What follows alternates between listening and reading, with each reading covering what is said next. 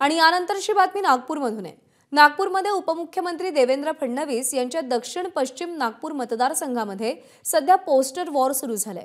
भाजपच्या वतीने देवेंद्र फडणवीस यांनी केलेल्या कामांचा उल्लेख करत फडणवीस यांनी महाराष्ट्राच्या चरणी वाहिलेल्या 53 सेवा अशा आशयाने शेकडो पोस्टर्स लावण्यात आलेत, तर दुसरीकडे काँग्रेसने देवेंद्र फडणवीस आणि महायुती सरकारवर टीका करणारे पोस्टर्स लावलेत। दरम्यान काही ठिकाणी विरोधकांनी फडणवीसांच्या कामांचा उल्लेख असलेले पोस्टर्स फाडलेत, त्यामुळे सध्या नागपूरकरांमध्ये दोन्ही बाजूंच्या पोस्टर्सची चर्चा सुरू आहे।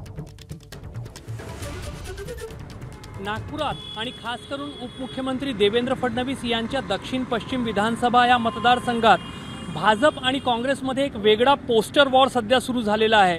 काही दिवसांपूर्वी देवेंद्र फडणवीस यांचा वाढदिवस होता आणि त्यांच्या वाढदिवसानिमित्ताने महाराष्ट्राच्या चरणी वाहिलेल्या 53 सेवा या आशयाने नागपुरात भारतीय जनता पार्टीने आणि भारतीय जनता युवा मोर्चाने मोठ्या प्रमाणावर पोस्टर्स लावले होते।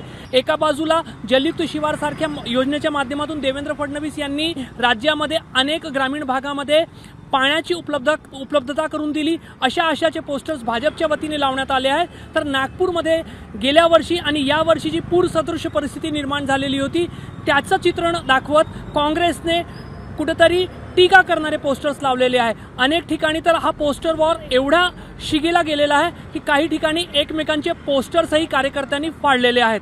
त्यामुळे वेगळ्या पद्धतीने प्रचारही होत आहे आणि एकमेकांचे पोस्टर्स फाडून एकमेकाच्या प्रचारामध्ये अडथळे आणण्याचा प्रयत्नही नागपूरमध्ये होताना दिसतंय। कॅमेरामॅन अतुल हिरडेसह रजत वशिष्ठ, एबीपी माझा, नागपूर। एबीपी माझा, उघडा डोळे बघा नीट।